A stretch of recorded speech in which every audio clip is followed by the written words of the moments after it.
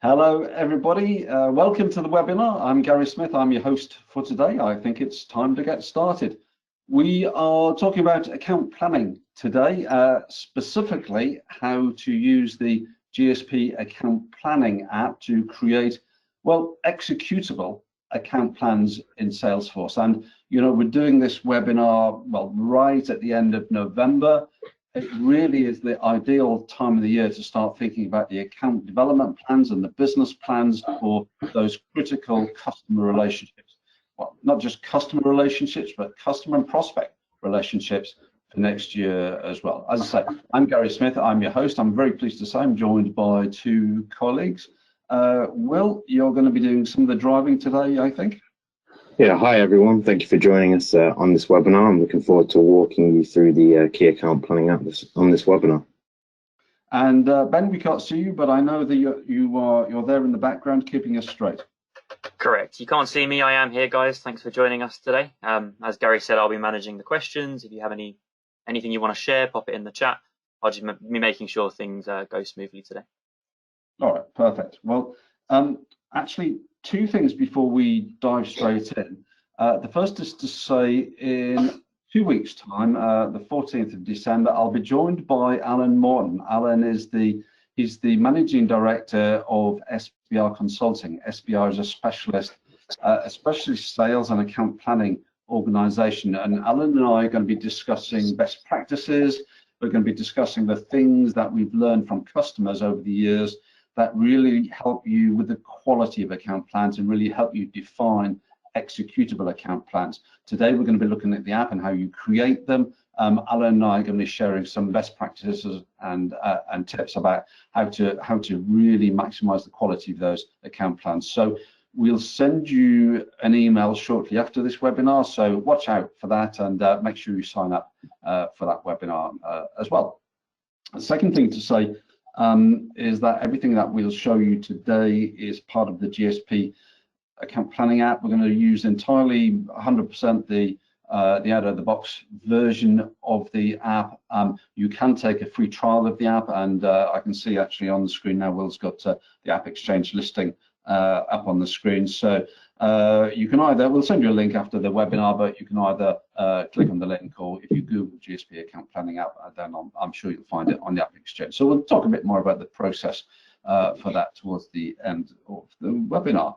But Will, I think we're ready to dive in. Do you want to talk us through the first section? Why don't we just start with the top and talk us through the first section of the account planning app? Sure. So here we've got a account plan. This is for pyramid construction, as you can see it here. And we've got an account plan owner, and in this instance, it's Ben. We also then have the ability to set the duration of the account plan. So in this instance, we've set it from the 1st of January 2023 to the 31st of December 2023. You do have the ability to set account plans for varying different lengths, but we typically say go for 12 months. Anything less than that, and it can be hard to achieve your objectives. And anything longer than that, it can often become an arduous task creating account plans. The question that people often ask me, actually, Will, you know, how long should the account plan be? It should definitely be more strategic than an opportunity. So I think 12 months is a good period of time. You know, you want to retain a sense of urgency, but it's got to be long enough to actually be able to achieve a set of objectives. Yeah. Account plans also use the standard Salesforce approval process. So you're able to submit account plans for approval. Now, you may want to do this. A typical example of that is if a salesperson writes an account plan, they might then have it reviewed by a colleague, and they may have it reviewed by their manager, and then maybe their manager's manager as well, just to make sure that the account plan is going to gain some benefit for the business. And I think, well, you know, not everybody uses actually the approval process. Some people do. I quite like it, actually, if only because it's just a way of just crystallizing the finalization of the account plans. In other words, you know, I want to see all the account plans approved by the 31st of January, for example. So it's a way of just crystallizing some of that, I think. And in terms of that review process, I mean, Alan and I will talk about this next week as well. But when you're reviewing an account plan, you're really saying, if it's a colleague review, you're helping. Well, what have I missed? What else could I add? What other angles can I take? So you're really collaborating, and the same with a manager. You're not saying, let me get my red pen out and mark your homework. It's a collaborative review process as well. Next, we'll look at the main body of the account plan. Now, just bear in mind that in this account plan strategy section, we've given you our out-of-the-box sort of fields, but you can add and remove fields as you see fit. So we start with the customer goals. So what is Pyramid Construction looking to achieve over the course of 2023? And then our goals, what are we looking to achieve during that period of time as well? We then have the SWOT analysis, the stakeholder management plan. What sort of things are we going to be doing with our key stakeholders at Pyramid Construction in order to kind of execute the account plan effectively? And then we have the internal support required, often forgotten about, but what resources are you going to need internally to help you execute the account plan? We then have this quick wins section here as well, which is things that we could do in the short term to really get the account plan up and running and start executing some of our goals.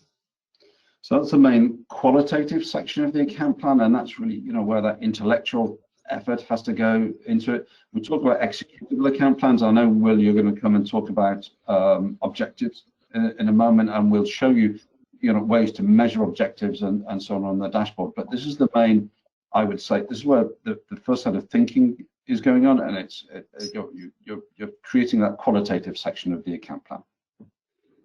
Yeah, as Gary said, I'll come back to this KPI section in a minute, but let's have a look at an objective first. So with our account plans, you have the ability to set objectives. So each objective has a target date, so when do we want to complete it by, and we can also wrap a status around that as well. You'll notice here that I'm the owner of this objective, and you can have different owners of objectives that are different from the account plan owner. So remember, Ben was the account plan owner, but here I'm the owner of this objective. Then in the details section, we have at the highest sort of level, what is the objective, what we're actually looking to achieve here. And then in the approach, we're kind of taking what steps we're going to take in order to achieve the objective. And then we have a review section. So at the end, upon completion of the objective, we can kind of review how successful it was. Our manager can comment on how well we did based on this objective. I actually am a big fan of that. I think particularly in terms of capturing lessons learned about the objective as well. One of the questions that people often ask is, well, partly what's the difference between an objective and an activity, but also can you record activities on the account plan, directly on the account plan? The answer to that is yes, you can. But I think recording activities on each objective is a good thing as well. I had a customer just the other day say to me, he said, is this an objective? I need to get John to fly into New York to go and see somebody. That to me is an activity. His objective actually was to try and get on a buying panel, on a purchasing panel. So that's a business outcome that he's trying to achieve. And one of the things he needed to do was get John to fly to New York to go and see the procurement manager. So that would be a list of activities on there. Obviously you hope some opportunities are going to then come out of achieving that objective, and the activities specific to those opportunities to do with sending the proposals, negotiating the deal, all of that definitely belongs on the opportunity. But I think things about fulfilling the objective, they belong here. Those activities, they belong here on the relevant objective. Okay, we'll go back to the account plan now, and as I previously mentioned, we'll have a look at this KPI section. As you'll see, we've got kind of a series of values here and a series of percentages. So the first field, the sales target, that's a manual field, so you have to set that value yourself. How much revenue are we trying to achieve from Pyramid Construction for the duration of the account plan? The rest of the values you won't have to do anything with, they're all automated, and I'll show you how that's done in a minute. For the won revenue, so that comes from closed won opportunities. The pipeline comes from open deals, and the weighted pipeline factors in the opportunity probability for those open deals. So as you can see here, all things being equal, so the one revenue plus the weighted pipeline gives us our 341,000. So we would have a slight shortfall against our target. And that can also be shown on this account plan performance chart over on the right hand side here, with the light blue is the sales target, the dark blue is the one revenue, the light green is the weighted pipeline, and that dark green is that shortfall. Now you're probably wondering how those numbers have been calculated. Well, that's a result of these opportunities that have linked to this account plan. They firstly link to this account plan because they are opportunities for pyramid construction. And secondly, they have a close date within the duration of the account plan. So they have a close date within 2023. Yeah, and we're rolling up those numbers based on the opportunity amount. We use the amount in the out-of-the-box version of the app because it's one field that on the opportunity that we can guarantee that everybody has. But with a small amount of configuration, there's no code, no changes to the fundamental app. You can do this within the app. We can roll up other custom fields. So if you have a field margin or whatever it might, or MMR, MRR, or whatever it might be, on the opportunity, we can roll those values up into that KPI section that Will showed there as well. I think the other thing that we see quite often, and this is where we do need to do a little bit of additional customization. If you're pulling actuals into Salesforce, so orders or invoices, then we can link those to the account plan because we know which company they're linked to. We know the date of the invoice and so on, so we can roll those up automatically. If you're using our revenue schedule app, which allows you to schedule revenue over time in Salesforce, then that happens automatically. We can link those revenue schedules to the account plan. So, what we're showing there is we've got that qualitative section, we've got the objectives. Now we're also tracking some numbers, some hard numbers against the account plan as well. Perfect. Next, we're going to have a look at the account plan contact roles. So if I go ahead and click this role assignment button here. Now, the account plan contact roles, these are all of our contacts at Pyramid Construction. And what we're looking at here is specifically the role that they are playing on this account plan. So in this instance, Jim is a financial approver, David's a business influencer, and so on and so forth. And we're also identifying what relationship strength they have with us. And in this case, you can see Jim is strongly for competition. So we would expect to see a stakeholder management plan about how we're going to transition that relationship from strongly for competition to the relationship strength we have with Sue and Pat, for example, who are interested in us and strong supporters. Next, we have the concept of account plan partner roles. So I can click the partner role assignment. These are other accounts within our Salesforce org, but they are accounts that are also playing an active role with Pyramid Construction.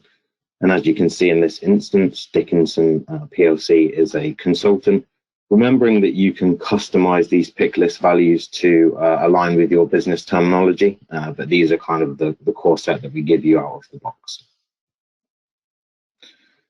The final roles that we have is the account plan colleague roles. So if I click on the colleague role assignment, what you'll see here is these are users within our own Salesforce environment. So these are likely to be our colleagues. And what we're saying here is specifically what role are our colleagues playing on the account plan. So in this instance, you can see that Gary's a customer service lead, I'm the project manager, and Ben is the executive sponsor. So those are our three different types of roles that we have associated with our account plans. And often, with your critical customer relationships, there's often more than one person on point for managing that relationship. But the other people, it often sort of goes unsaid. Here we're trying to say it, we're trying to formalize, these are the group of people who need to collaborate in terms of managing the relationship with Pyramid Construction. So these are the people that are on point for being proactive and managing that relationship. So Ben might be the overall account manager, but he's working collaboratively with his colleagues on that customer relationship. So again, it's a way of surfacing that what is often informal information. Yeah. I think next we're going to talk about white spaces, Gary. So we'll start with this chart on the right hand side. Yeah, absolutely. If you, I'm taking an example here that let's say we are let's say we're some sort of marketing agency. So we do a bunch of things like, creative services, digital marketing, SEO, that sort of thing, and we're providing those services to pyramid construction. This is one of the more, it's one of the more difficult areas to gather information on. But if you can do it, even if you're just using an educated guess, I think it really has a powerful positive impact on the quality of your objectives. So if you look at that chart, the share of wallet chart, what we're saying, and Will, if you can just highlight the digital marketing column, that's it. And what we're saying is there that pyramid construction, they're buying a chunk of services from a competitor. We can see that in the pink. They're buying some of it from us. We can see that in the green. But they're also doing some of that work themselves. They're doing it internally. And you can see the split between some of the other services as well that we might provide to pyramid construction. Now, if you think about digital marketing, what's our strategy here? What's our objectives with pyramid construction? Is it to take business away from a competitor and acquire that revenue ourselves? Or is it to persuade them to create a business case for outsourcing the work that they do internally, for outsourcing that to us? Well, you can only answer that in the context of your relationship with pyramid construction, but you get the idea. Doing that white space analysis really helps you think through your objectives and think through the cross-selling and the upselling opportunities that you might be able to generate with this customer. And Will, if you just scroll down the page, we can just show people where you enter that information. So we have a section called white spaces. And in this case, for example, creative services, we're saying they spend $50,000 a year with a competitor. In this case, we actually know who the competitor is. It's Edge Communications. Oh, and by the way, we can see that we know that the contract is due to expire in June next year. With some of those other services, we just know that they're spending money with a competitor. We may or may not know who that competitor is. And we're making an informed, we're making our best judgment on the types of revenue and how they're doing it. But at least, even if you're at the very early stages, gathering this sort of information, and you may obviously iterate it as you go through, but gathering this information really helps you think about what your objectives should be and how you're going to create cross-sell and upsell opportunities. We do have a dashboard on that as well, and maybe we'll come to that in a moment. There's a dashboard on account planning and a dashboard on whitespace, so we'll try and come to that as well. But I think before we do those things, I think there's probably a couple of other features that we want to show people. Yeah, I think next we should look at the account hierarchy. I mean, very often you're dealing, as we are really, with organizations that are part of a much larger corporate hierarchy. So this page is part of the app. You can see that pyramid construction is part of a much larger organization. And if you just scroll to the top, Will, you can see that Express Logistics and Transport is the corporate entity. Sometimes these might be different business units in different companies that are related together. Sometimes that might just be regions. So you might have the corporate office in wherever they are, let's just say New York, but then there might be a North America, Europe, Asia Pac, Latin America, wherever. It might be different regions. Or if you're dealing with a European organization, there might be different countries where you're building that hierarchy, or different states or different regions in the United States, for example. So it depends on the customer, but we can see here that well, if we wanted to get into Burlington Textiles, then a good starting point would be to go and find some more people that we can speak to. But you're really understanding how pyramid construction fits into that overall hierarchy there as well. And again, we'll probably click on report on the dashboard to show how some of those opportunities pan out as well.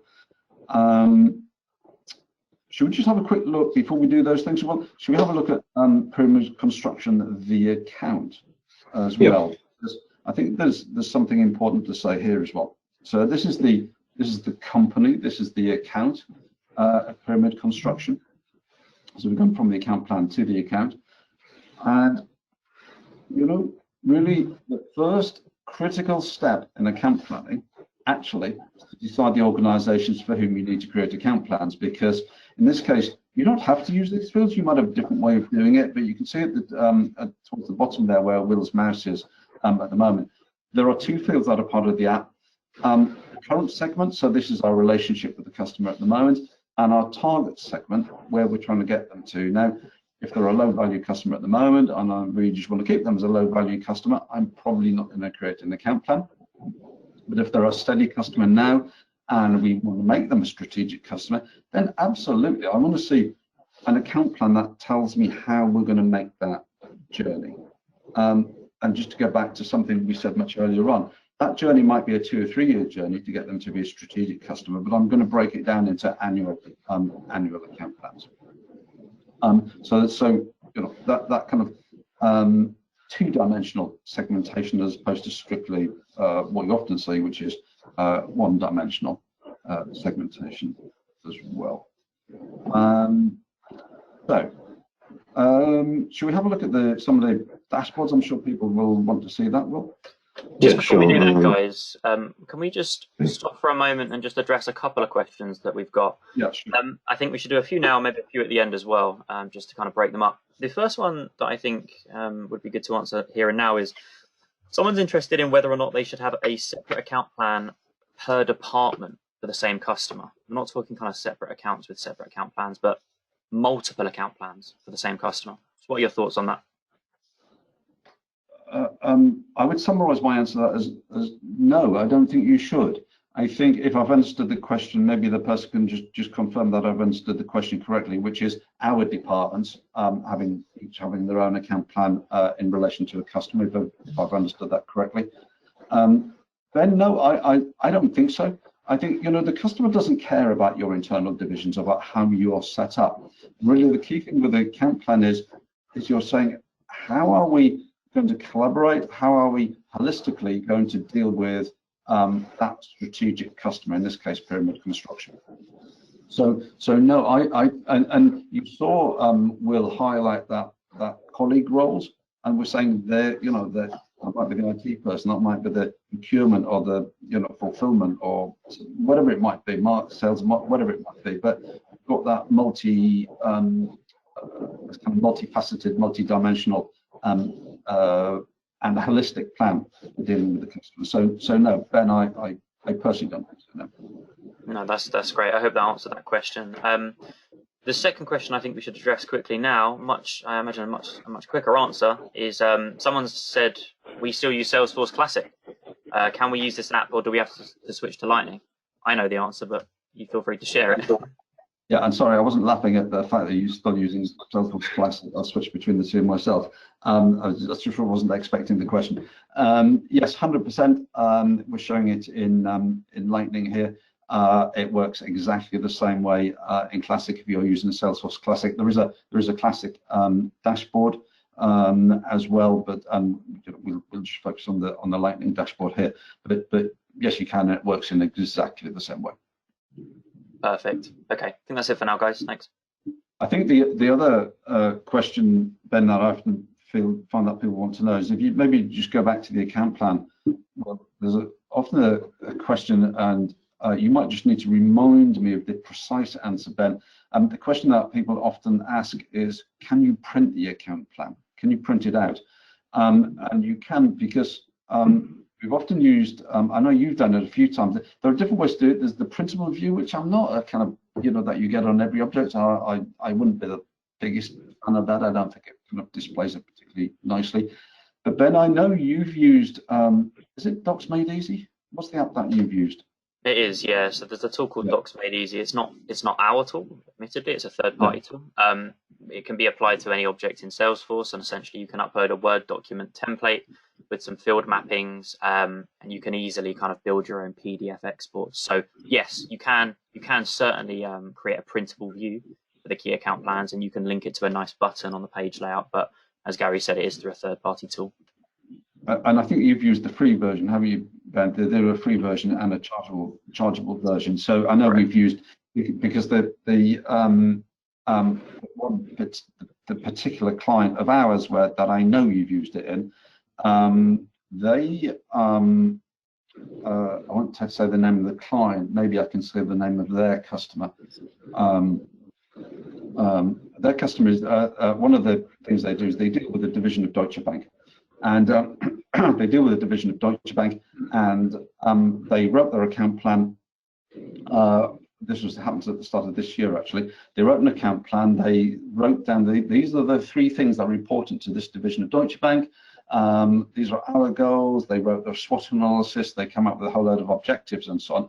And then they printed it out, and they took the account plan. They took it to Deutsche Bank, and they said to Deutsche Bank, look, let's not be coy about it. We would like to do more business with you. I can't be saying anything too important because the dog has just left the room, if you saw him behind me. So they took their account plan to Deutsche Bank. And the guy at Deutsche Bank said, well, first of all, top marks, you're the first company that's ever brought their account plan to us. Let me have a look at it. So he looked at it. He looked at the things that they'd said. These are the things that we think are important to Deutsche Bank. They'd looked at their goals and everything else. And he said, well, in terms of those 3 things that you think are important, you're right about the first 2, and they helped them just sort of refine it a bit. But you're completely wrong about the 3rd one. That's not important to us at all. And then he said, but let me tell you what is.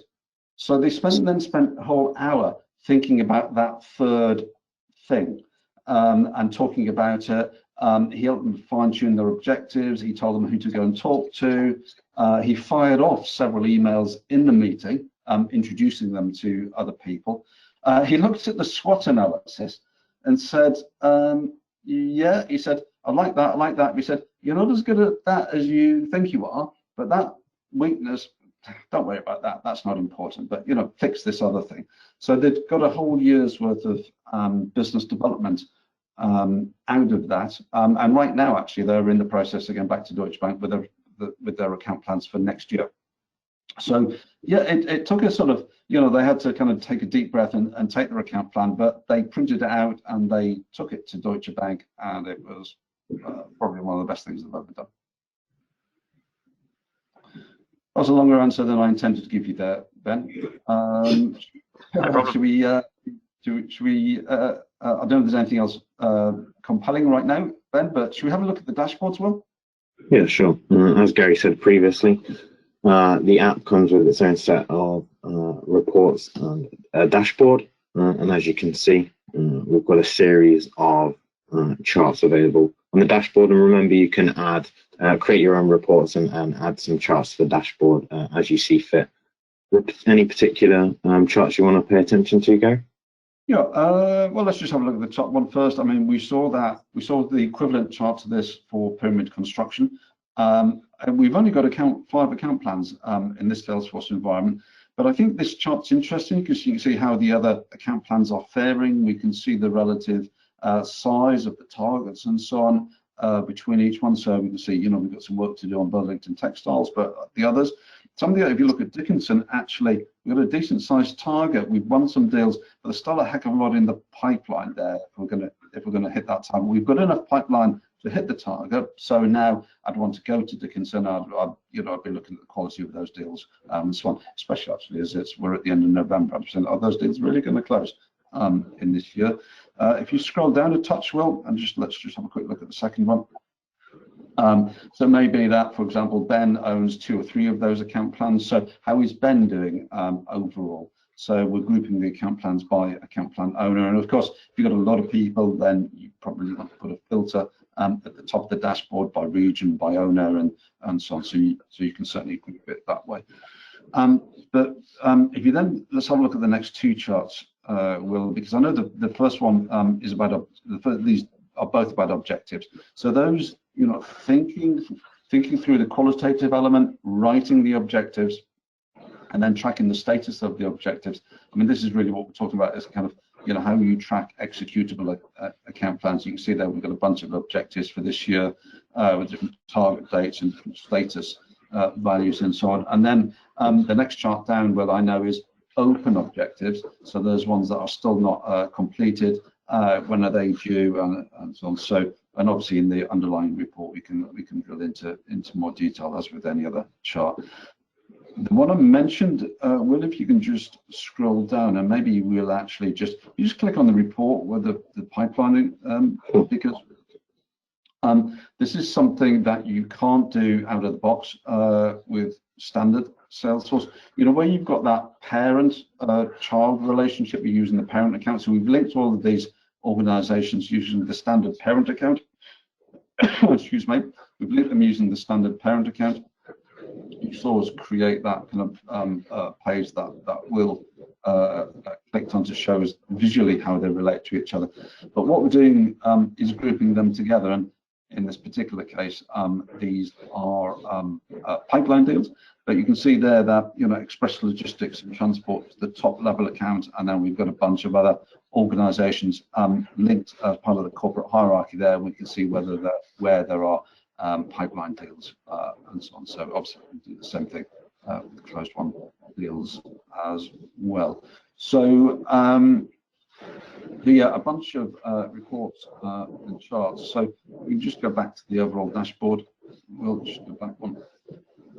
And yeah, so if you maybe scroll down to the very bottom, actually. So for example, we've got 13 accounts in the Salesforce environment, and if I can just read it on the screen, we've got 5 with account plans, and you can see here we've got 8 that don't have account plans. So obviously that's something you probably want to track by region, by individual person, and so on. I think we probably just have time, if you can just go to the white spaces dashboard as well. So let's on down there. Maybe I'll just highlight 1 or 2 things, because as I say, that's it's a useful thing for helping. It's a useful exercise for really starting to think through how to create your objectives and how to create your cross-sell and your upsell deals and so on. Why don't you just scroll down to the second and third rows? Let's just have a look at the second row, just by way of highlighting some information. So now we can, you know, once we start to gather that information across multiple accounts, we can say, well, actually, okay, all of digital marketing or all of SEO, how is that money being spent? You know, what's the relationship of money being spent by customers between ourselves, between executing information externally and with competitors and so on. Likewise, if you just spin that round a different way, if you go down to the next chart, well, then so now we can say, right, you know, let's look at some of that spend by competitor. Let's look at it by us or by executes internally. So you get the idea. You know, once you start to gather that information, there's a whole set of metrics that you can use to start to understand how you fare in the marketplace. So that, I think, there's several things that we want to finish with, but that's a fairly quick overview of the account planning app. Before I say a few things to wrap us up, Ben, are there any other questions that we should make a point of answering? We just had one come in. I'm not sure if Harold was with us when we mentioned it, but it was about the functionality to export the plan. In this instance, they've actually referred to a PowerPoint for internal or executive level reviews of the plan. I don't know if you know, you could get that into a PowerPoint, so to speak. You might be able to get it through PDF exports. Gary, I don't know if you want to just quickly mention, you know, what your thoughts are on that. I know we've kind of covered it already. Yeah, again, you could do that with Docs Made Easy. I mean, there's nothing in Salesforce. Salesforce doesn't have any native integration with PowerPoint. So I've never actually done it. I don't know if there's a third-party tool that exports it nicely. Not that I'm particularly aware of. But again, I think, you know, and this is part of with the reason for doing it in Salesforce. The moment so many account plans, they are created in Excel or they're created in PowerPoint, and the choice, you know, I remember years gone by, I had to create a lot of account plans myself, and sometimes my heart would break when I opened up the template and looked at it, and I'd push it as far down the track as I could, so much so that sometimes I filled in the PowerPoint template the day before my annual review, which is why I always hit my objectives. But you know, having it in Salesforce means it's much more you know, it's much more dynamic. You saw us linking opportunities directly to the account plan. You can see that we're tracking objectives on the dashboard and so on. So you know, if you're using PowerPoint and your executives or customers using PowerPoint at the moment, I'm trying to move them up to do it in Salesforce. And if your people don't have access to Salesforce, then you know, you can export them with Docs-Made. Yeah, that's great. Thanks, Gary. Another one I kind of wish, it's a shame we didn't have this one slightly earlier, but someone's asked about cloning account plan records. Just what are your thoughts on that, Gary? I know you have an opinion on cloning account plan, key account plans. So. You're saying that because you know I don't approve of it. Exactly. I don't approve of it. I don't approve of it, and the reason I don't approve of it is because an account plan for 2022 should be different. You know, part of the exercise of account planning is to think, is to take a few minutes, take some moments to actually think about how you're going to drive revenue with this customer over the next strategic period, which is typically a year. We want people to think. Now, the problem with cloning is you're going to then clone, you know, you're going to clone the SWOT analysis, you're going to clone the objectives, you're going to clone all the kind of stuff that goes with it. And I think it's just too easy just to give it a cursory view and click save. We want people to think about it, and that's Ben. Well, you know, I don't personally. You could. There's nothing stop you putting the clone button onto the account plan page. I personally don't think it's the best idea. Yeah, that's great. Thanks, Gary. And then there's two more questions, but I think I'll roll them into one. The first is, what sort of support do you offer? And also, someone's interested in getting the app or trying it. So could maybe we just move on to that and wrap up the session with that? Yeah, sure. Well, let me cover the support issue first. We offer the US customers will be able to tell we are based in the UK. But 60% of our customers are in North America. We offer support during UK business hours. We have a dedicated email you can use for getting in touch with us. You can also get in touch with us on a page on our website. So if you've already got the app and you have a question or there's some things you don't quite understand, then there is a way to get in touch with us.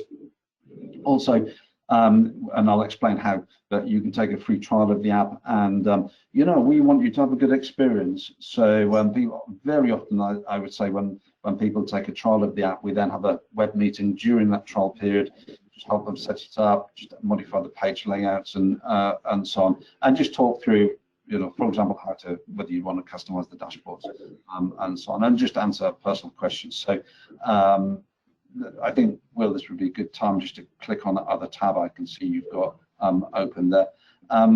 If you want to take a trial of the app, we would be delighted, obviously. You do it from the App Exchange, so either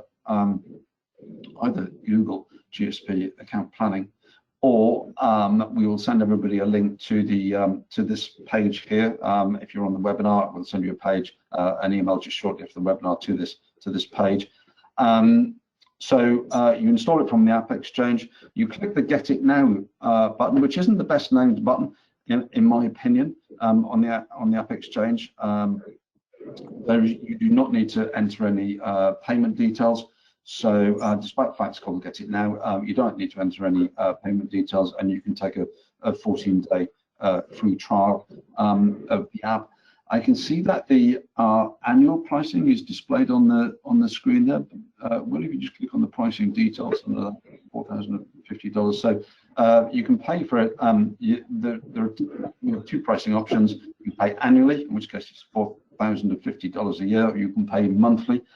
It's $350 a year. That's irrespective of the number of users that you have. So that's per Salesforce, org, including your sandboxes. So there's two ways to buy it. One is through the App Exchange, in which case you get your card out, you take a free trial, you come back, and that Get It Now will say buy now. And you got your card out and you kind of just follow the instructions. So that's option one. Option two is you install it via the App Exchange. but rather than getting a card out, we send you two things. We send you an order form to sign, and we send you an invoice. You do whatever you do in your company. You give the invoice to finance, and you pay it in the normal way through the banking system. So with that approach, we only do annual payments because we can't be bothered to send you an invoice every month. So we do it annually. If you do it through the App Exchange, then you can do it on a monthly, month-to-month contract as well. So hopefully that answers that question. I'm just looking at the list. I think we're pretty much up to time. So let's call that a wrap. Thank you very much indeed for joining us. If you have any further questions, then please don't hesitate to get in touch with us. And I think it just remains for me to say on behalf of Will and Ben and the Go Smith Partnership in general, thank you very much indeed for your time. If you have any questions, don't hesitate to get in touch, and good luck and enjoy the rest of your day. Thank you very much indeed. Thanks, everyone. Thank you very much.